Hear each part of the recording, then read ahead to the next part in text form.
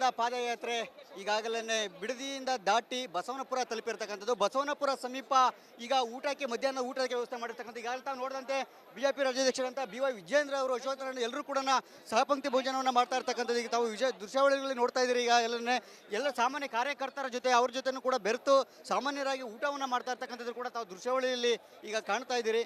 ಹಾಗೆಯೇ ನಾವು ಈ ಒಂದು ಊಟದ ಮಧ್ಯೆನೇ ಕೂಡ ನಾವು ಅಶ್ವತ್ಥ ನಾರಾಯಣವನ್ನ ಮಾತಾಡಿಸುವಂಥದ್ದು, ಹಾಗೆಯೇ BY ವಿಜೇಂದ್ರ ಅವರನ್ನು ಕೂಡ ಮಾತಾಡಿಸುವಂಥ ಒಂದು ಪ್ರಯತ್ನವನ್ನು ಮಾಡ್ತೇನೆ. ನಾನು ಮಾತಾಡ್ಸೋಣ. ಹಾಗೆಯೇ ಸರ್, ಇವತ್ತು ಎರಡನೇ ದಿನ ಪಾದಯಾತ್ರೆ ನಡೀತಾ ಇದೆ, ಬಿರುಸಿನಿಂದ ನಡೀತಾ ಇದೆ ಎರಡನೇ ದಿನ ಪಾದಯಾತ್ರೆ. ತಮ್ಗೆ ಏನು ಅನಿಸ್ತಿದೆ ಸರ್ ಈ ಪರ್ಫಾರ್ಮೆನ್ಸ್, ಈ ಪಾದಯಾತ್ರೆ, ಈ ಎಲ್ಲವನ್ನು ನೋಡ್ತಾ ಇದ್ರೆ ಸಾಕಷ್ಟು ದೊಡ್ಡ ಮಟ್ಟದಲ್ಲಿ ಜನಸಾಗರ ಹರಿದು ಬರ್ತಾ ಇರ್ತಕ್ಕಂಥದ್ದು? ಪರ್ಫಾರ್ಮೆನ್ಸ್ ಅನ್ನೋದಕ್ಕಿಂತ ಹೆಚ್ಚಾಗಿ ಯಾವ ರೀತಿ ರಾಜ್ಯದ ಜನರ ಆಕ್ರೋಶ ಇದೆ ಅನ್ನೋದನ್ನ ರಾಜ್ಯ ಸರ್ಕಾರ ಮನಗಣಬೇಕಾಗ್ತದೆ. ಬಂಡತನದಿಂದ ಇವತ್ತಿಷ್ಟೆಲ್ಲ ಭ್ರಷ್ಟಾಚಾರ ಮಾಡಿದ್ರೂ ಸಹ ರಾಜ್ಯದ ಜನತೆ ಎತ್ತಿರ್ತಕ್ಕಂಥ ಪ್ರಶ್ನೆಗೆ, ವಿರೋಧ ಪಕ್ಷಗಳು ಎತ್ತಿರ್ತಕ್ಕಂಥ ಪ್ರಶ್ನೆಗೆ ಉತ್ತರ ಕೊಡದೇನೆ ಏನು ಓಡೋಗ್ತಾ ಇದ್ದಾರೆ. ನಾಚಿಕೆಗೇಡಿನ ಸಂಗತಿ ಇವತ್ತು ಇಷ್ಟೊಂದು ಭ್ರಷ್ಟಾಚಾರ ನೋಡಿ. ಮೊನ್ನೆ ದಿನ ಯಾದಗಿರಿನಲ್ಲಿ ಒಬ್ಬ ದಲಿತ ಸಮುದಾಯಕ್ಕೆ ಸೇರಿರ್ತಕ್ಕಂಥ ಪರಶುರಾಮ್ PSI ಆತ್ಮಹತ್ಯೆ ಮಾಡ್ಕೊಂಡಿರ್ತಕ್ಕಂಥದ್ದು. ಕಾರಣ ಏನು? ಅಲ್ಲಿರ್ತಕ್ಕಂಥ ಆಡಳಿತ ಪಕ್ಷ ಶಾಸಕ ಲಂಚ ಕೇಳಿದ್ದಾನೆ, ಹಾಗಾಗಿ ಆತ್ಮಹತ್ಯೆ ಮಾಡ್ಕೊಂಡಿದ್ದಾನೆ. ಇನ್ನೂ ಎಷ್ಟು ಜನ ಆತ್ಮಹತ್ಯೆ ಮಾಡ್ಕೋಬೇಕಾಗ್ತದೆ. ನೀಚಗಟ್ಟೆ ಇರ್ತಕ್ಕಂಥ ರಾಜ್ಯ ಸರ್ಕಾರ ಈಗಲಾದರೂ ಎಚ್ಚೆತ್ತುಕೊಂಡು ಇವತ್ತು ಭ್ರಷ್ಟಾಚಾರ ಮುಳುಗಿರ್ತಕ್ಕಂಥವ್ರು ಇವತ್ತು ಯಾರ್ಯಾರಿದ್ದಾರೆ ಅವ್ರು ರಾಜೀನಾಮೆ ಕೊಡಬೇಕು ಮುಖ್ಯಮಂತ್ರಿಗಳ ಆದಿಯಾಗಿ. ಬಿಜೆಪಿ ಯಾರಲ್ಲಿದ್ರು ಒಬ್ಬೊಬ್ಬರನ್ನ ಟಾರ್ಗೆಟ್ ಮಾಡ್ತಾ ಇರ್ತಕ್ಕಂಥದ್ದು. ಈಗಾಗಲೇ ಪರಶುರಾಮ ಥೀಮ್ ಪಾರ್ಕ್ ವಿಚಾರವಾಗಿ ಈಗಾಗಲೇ ತನಿಖೆಯನ್ನು ಕೂಡ ಮುಂದುವರೆಸಿದ್ದಾರೆ. ಈಗಾಗಲೇ ಪೊಲೀಸರು ಕೂಡ ತನಿಖೆಯನ್ನು ಶುರು ಮಾಡಿರ್ತಕ್ಕಂಥ ಹೆಂಗಲ್ನಲ್ಲೇ ಕೆಲವೊಂದು ವಿಚಾರ ವಸ್ತುಗಳನ್ನ ವಶಪಡಿಸಿದ್ದಾರೆ. ಯಾರೇ ಎದುರೋದಿಲ್ಲ. ಮೊದಲು ನಾವು ಕೇಳಿರ್ತಕ್ಕಂಥ ಪ್ರಶ್ನೆಗೆ ಉತ್ತರ ಕೊಡಲಿ, ಮುಖ್ಯಮಂತ್ರಿ ರಾಜೀನಾಮೆ ಕೊಟ್ಟು ತೊಲಗಲಿ, ಆಮೇಲೆ ಉಳಿದಿರ್ತಕ್ಕಂಥ ಮಾತಾಡ್ತಾರೆ. ನಂತರ ಬಹಳಷ್ಟು ಕುತೂಹಲ, ಯಾಕಂದ್ರೆ ಎಲ್ಲರೂ ಕೂಡ ಕುತೂಹಲ ಅಂದ್ರೆ ರಾಜ್ಯಾಧ್ಯಕ್ಷರ ಮುಂದಿನ ನಡೆ ಮೂಡ ಆಗುತ್ತೆ, ಪಾದಯಾತ್ರೆ ಆಗುತ್ತೆ, ನಂತರ ಹೋರಾಟಕ್ಕೆ ಯಶಸ್ಸು ಬಂದೇ ಬರ್ತದೆ, ನಮ್ಗೆ ವಿಶ್ವಾಸ ಇದೆ. ಜನರ ಶಕ್ತಿ ಮುಂದೆ ಅವ್ರದ್ದು ಏನೂ ತಾಕತ್ತು ನಡೆಯೋದಿಲ್ಲ. ಮುಂದೆ ಯಾವ ರೀತಿ ಇದನ್ನ ಹೋರಾಟವನ್ನು ಮುನ್ನಡೆಸಬೇಕು ನಮ್ಮೆಲ್ಲ ಪಕ್ಷದ ಹಿರಿಯರು ಕೂತು ನಾವು ಚರ್ಚೆ ಮಾಡ್ತೇವೆ. ಸರ್, ಕೊನೆಯದಾಗಿ ಒಂದು ಪ್ರಶ್ನೆ. ಈಗ ಪಾದಯಾತ್ರೆ ಮುಗಿಯೋದ್ರೊಳಗಡೆ ಅಂತಕ್ಕಂಥದ್ದು ಒಂದು ಸುಳು ಸಿಕ್ಕಿರ್ಬೋದು ತಮ್ಗೆ. ಈಗ ಏನ್ ಅನ್ಸುತ್ತೆ ಸರ್, ಆ ಥರ ಸಾಧ್ಯತೆಗಳಿದೆಯಾ ಏನಾದ್ರು? ನಮ್ಮ ಪಾದಯಾತ್ರೆಯ ಹೋರಾಟದ ಪರಿಣಾಮವಾಗಿ ಬಿಜೆಪಿ ಮತ್ತು JDS ಪಕ್ಷ ಏನು ಒಟ್ಟಾಗಿ ಇವತ್ತು ಪಾದಯಾತ್ರೆ ಮಾಡ್ತಾ ಇದ್ದೇವೆ. ನಿಶ್ಚಿತವಾಗಿ ಮುಖ್ಯಮಂತ್ರಿಗಳು ರಾಜೀನಾಮೆ ಕೊಡಲೇಬೇಕಾಗ್ತದೆ. ಇನ್ಯಾರು ಭ್ರಷ್ಟರಿದ್ದಾರೆ ಈ ಸರ್ಕಾರದಲ್ಲಿ, ಅವರೆಲ್ಲರೂ ಕೂಡ ರಾಜೀನಾಮೆ ಕೊಡಲೇಬೇಕಾಗ್ತದೆ. ಇದಿಷ್ಟು ಕೂಡ ಬಿಜೆಪಿ ರಾಜ್ಯಾಧ್ಯಕ್ಷ BY ವಿಜೇಂದ್ರ ಅವರ ಮಾತು. ಕೊನೆಯದಾಗಿ ಅವ್ರು ಹೇಳ್ತಾ ಇರ್ತಕ್ಕಂಥದ್ದು, ಯಾವುದೇ ಕಾರಣಕ್ಕೂ ಕೂಡ ತಮ್ಮ ಮೊಂಡುತನವನ್ನು ಅವರು ಬಿಡಬೇಕು, ಜೊತೆಗೆ ನಾವು ಯಾವುದೇ ಕಾರಣಕ್ಕೂ ಇಷ್ಟಕ್ಕೆ ಕೂಡ ಬಿಡೋದಿಲ್ಲ. ಮುಖ್ಯಮಂತ್ರಿಗಳು ರಾಜೀನಾಮೆಯನ್ನು ಕೊಡಲೇಬೇಕು, ಅದು ಕೂಡ ನಮ್ಮ ಪಾದಯಾತ್ರೆ ಮುಗಿಯೋದ್ರ ಒಳಗಡೆಗೆ ರಾಜೀನಾಮೆ ಕೊಡ್ತಾರೆ ಅಂತಕ್ಕಂಥ ಮಾತನ್ನು ಕೂಡ ಹೇಳಿರ್ತಕ್ಕಂಥದ್ದು. ನೋಡೋಣ ಮುಖ್ಯಮಂತ್ರಿಗಳ ರಾಜೀನಾಮೆಯನ್ನು ಕೊಡುವಂಥದ್ದು ಆಗತ್ತಾ, ಅಥವಾ ಏನಾದರೂ ತಮ್ಮ ಮೊಂಡುತನವನ್ನು ಏನು ಹೇಳ್ತಾ ಇದ್ದಾರೆ ರಾಜ್ಯಾಧ್ಯಕ್ಷರು ಅದೇ ರೀತಿಯಾಗಿ ಮುಂದುವರ್ಸ್ತಾರೆ ಅಂತಕ್ಕಂಥದ್ದನ್ನು. ಕ್ಯಾಮ್ರಾ ಪರ್ಸನ್ ಶಿವ ಜೊತೆ ಸುರೇಶ್, ರಿಪಬ್ಲಿಕ್ ಕನ್ನಡ, ಬೆಂಗಳೂರು.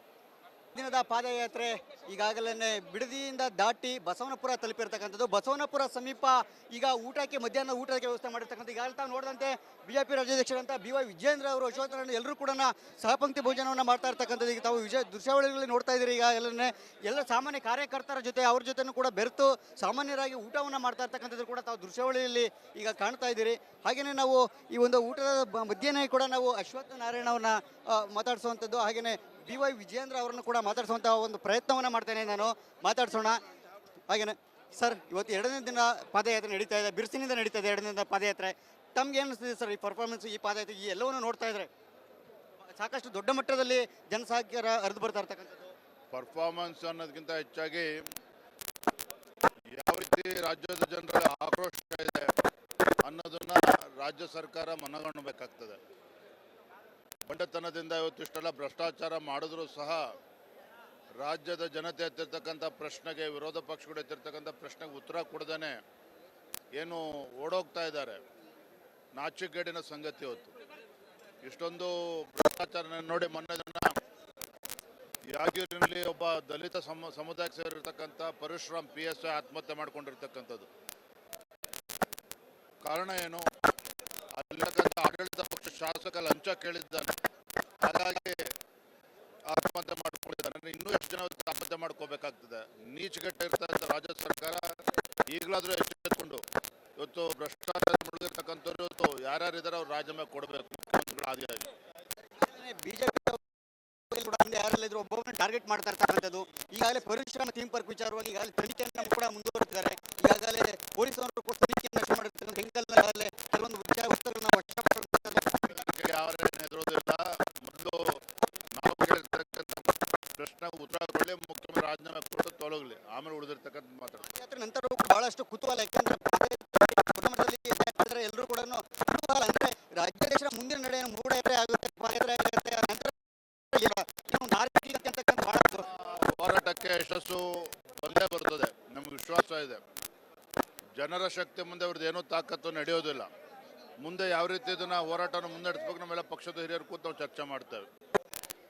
ಸರ್, ಕೊನೆಯದಾಗಿ ಒಂದು ಪ್ರಶ್ನೆ. ಈಗ ಪಾದಯಾತ್ರೆ ಮುಗಿಯೋದ್ರೊಳಗಡೆ ಅಂತಕ್ಕಂಥದ್ದು ಒಂದು ಸುಳು ಸಿಕ್ಕಿರ್ಬೋದು ತಮ್ಗೆ. ಈಗ ಏನ್ ಅನ್ಸುತ್ತೆ ಸರ್, ಆ ಥರ ಸಾಧ್ಯತೆಗಳಿದೆಯಾ ಏನಾದ್ರು? ನಮ್ಮ ಪಾದಯಾತ್ರೆಯ ಹೋರಾಟದ ಪರಿಣಾಮವಾಗಿ ಬಿಜೆಪಿ ಮತ್ತು JDS ಪಕ್ಷ ಏನು ಒಟ್ಟಾಗಿ ಇವತ್ತು ಪಾದಯಾತ್ರೆ ಮಾಡ್ತಾ ಇದ್ದೇವೆ. ನಿಶ್ಚಿತವಾಗಿ ಮುಖ್ಯಮಂತ್ರಿಗಳು ರಾಜೀನಾಮೆ ಕೊಡಲೇಬೇಕಾಗ್ತದೆ. ಇನ್ನೂ ಭ್ರಷ್ಟರಿದ್ದಾರೆ ಈ ಸರ್ಕಾರದಲ್ಲಿ, ಅವರೆಲ್ಲರೂ ಕೂಡ ರಾಜೀನಾಮೆ ಕೊಡಲೇಬೇಕಾಗ್ತದೆ. ಇದಿಷ್ಟು ಕೂಡ ಬಿಜೆಪಿ ರಾಜ್ಯಾಧ್ಯಕ್ಷ BO ವಿಜೇಂದ್ರ ಅವರ ಮಾತು. ಕೊನೆಯದಾಗಿ ಅವ್ರು ಹೇಳ್ತಾ ಇರ್ತಕ್ಕಂಥದ್ದು, ಯಾವುದೇ ಕಾರಣಕ್ಕೂ ಕೂಡ ತಮ್ಮ ಮುಂಡುತನವನ್ನ ಅವರು ಬಿಡಬೇಕು, ಜೊತೆಗೆ ನಾವು ಯಾವುದೇ ಕಾರಣಕ್ಕೂ ಇಷ್ಟಕ್ಕೆ ಕೂಡ ಬಿಡೋದಿಲ್ಲ. ಮುಖ್ಯಮಂತ್ರಿಗಳು ರಾಜೀನಾಮೆನ ಕೊಡಲೇಬೇಕು, ಅದು ಕೂಡ ನಮ್ಮ ಪಾದಯಾತ್ರೆ ಮುಗಿಯೋದ್ರ ಒಳಗಡೆಗೆ ರಾಜೀನಾಮೆ ಕೊಡ್ತಾರೆ ಅಂತಕ್ಕಂಥ ಮಾತನ್ನು ಕೂಡ ಹೇಳಿರ್ತಕ್ಕಂಥದ್ದು. ನೋಡೋಣ ಮುಖ್ಯಮಂತ್ರಿಗಳು ರಾಜೀನಾಮೆನ ಕೊಡುವಂಥದ್ದು ಆಗತ್ತಾ, ಅಥವಾ ಏನಾದರೂ ತಮ್ಮ ಮುಂಡುತನವನ್ನು ಏನು ಹೇಳ್ತಾ ಇದ್ದಾರೆ ರಾಜ್ಯಾಧ್ಯಕ್ಷರು ಅದೇ ರೀತಿಯಾಗಿ ಮುಂದುವರಿಸ್ತಾರೆ ಅಂತಕ್ಕಂಥದ್ದನ್ನು. ಕ್ಯಾಮ್ರಾ ಪರ್ಸನ್ ಶಿವ ಜೊತೆ ಸುರೇಶ್, ರಿಪಬ್ಲಿಕ್ ಕನ್ನಡ, ಬೆಂಗಳೂರು. ನೋಡಿದಂತೆ ಬಿಜೆಪಿ ರಾಜ್ಯಾಧ್ಯಕ್ಷರಂತ BY ವಿಜೇಂದ್ರ ಅವರು ಅಶೋಕರನ್ನು ಎಲ್ಲರೂ ಕೂಡ ಸಹಪಂಕ್ತಿ ಭೋಜನವನ್ನು ಮಾಡ್ತಾ ಇರ್ತಕ್ಕಂಥದ್ದು. ಈಗ ತಾವು ದೃಶ್ಯಾವಳಿಗಳಲ್ಲಿ ನೋಡ್ತಾ ಇದ್ದೀರಿ. ಈಗ ಎಲ್ಲ ಸಾಮಾನ್ಯ ಕಾರ್ಯಕರ್ತರ ಜೊತೆ ಅವ್ರ ಜೊತೆನೂ ಕೂಡ ಬೆರೆತು ಸಾಮಾನ್ಯರಾಗಿ ಊಟವನ್ನು ಮಾಡ್ತಾ ಇರ್ತಕ್ಕಂಥದ್ದು ಕೂಡ ತಾವು ದೃಶ್ಯಾವಳಿಯಲ್ಲಿ ಈಗ ಕಾಣ್ತಾ ಇದ್ದೀರಿ.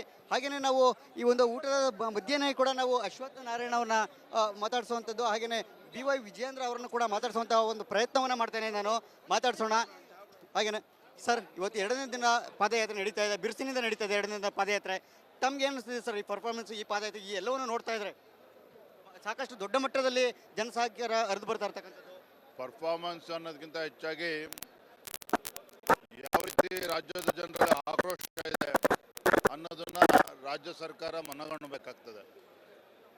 ಬಂಡತನದಿಂದ ಇವತ್ತಿಷ್ಟೆಲ್ಲ ಭ್ರಷ್ಟಾಚಾರ ಮಾಡಿದ್ರೂ ಸಹ ರಾಜ್ಯದ ಜನತೆ ಎತ್ತಿರ್ತಕ್ಕಂಥ ಪ್ರಶ್ನೆಗೆ, ವಿರೋಧ ಪಕ್ಷಗಳು ಎತ್ತಿರ್ತಕ್ಕಂಥ ಪ್ರಶ್ನೆಗೆ ಉತ್ತರ ಕೊಡದೇನೆ ಏನು ಓಡೋಗ್ತಾ ಇದ್ದಾರೆ. ನಾಚಿಕೆಗೇಡಿನ ಸಂಗತಿ ಇವತ್ತು. ಇಷ್ಟೊಂದು ಭ್ರಷ್ಟಾಚಾರ ನೋಡಿ. ಮೊನ್ನೆ ದಿನ ಯಾದಗಿರಿನಲ್ಲಿ ಒಬ್ಬ ದಲಿತ ಸಮುದಾಯಕ್ಕೆ ಸೇರಿರ್ತಕ್ಕಂಥ ಪರಿಶ್ರಮ್ PSI ಆತ್ಮಹತ್ಯೆ ಮಾಡ್ಕೊಂಡಿರ್ತಕ್ಕಂಥದ್ದು. ಕಾರಣ ಏನು? ಅಲ್ಲಿರ್ತಕ್ಕಂಥ ಆಡಳಿತ ಪಕ್ಷ ಶಾಸಕ ಲಂಚ ಕೇಳಿದ್ದಾನೆ, ಹಾಗಾಗಿ ಆತ್ಮಹತ್ಯೆ ಮಾಡ್ಕೊಂಡಿದ್ದಾನೆ. ಇನ್ನೂ ಎಷ್ಟು ಜನ ಆತ್ಮಹತ್ಯೆ ಮಾಡ್ಕೋಬೇಕಾಗ್ತದೆ. ನೀಚಗೆಟ್ಟ ಇರ್ತಕ್ಕಂಥ ರಾಜ್ಯ ಸರ್ಕಾರ ಈಗಲಾದರೂ ಎಚ್ಚೆತ್ತುಕೊಂಡು ಇವತ್ತು ಭ್ರಷ್ಟಾಚಾರ ಮುಳುಗಿರ್ತಕ್ಕಂಥವ್ರು ಇವತ್ತು ಯಾರ್ಯಾರಿದ್ದಾರೆ ಅವ್ರು ರಾಜೀನಾಮೆ ಕೊಡಬೇಕು ಮುಖ್ಯಮಂತ್ರಿಗಳ ಆದಿಯಾಗಿ. ಬಿಜೆಪಿ ಕೂಡ ಹಿಂದೆ ಯಾರೆಲ್ಲಿದ್ರು ಒಬ್ಬೊಬ್ಬರನ್ನ ಟಾರ್ಗೆಟ್ ಮಾಡ್ತಾ ಇರ್ತಕ್ಕಂಥದ್ದು. ಈಗಾಗಲೇ ಪರಿಶ್ರಮ ಥೀಮ್ ಪಾರ್ಕ್ ವಿಚಾರವಾಗಿ ಈಗಾಗಲೇ ತನಿಖೆಯನ್ನು ಕೂಡ ಮುಂದುವರೆಸಿದ್ದಾರೆ.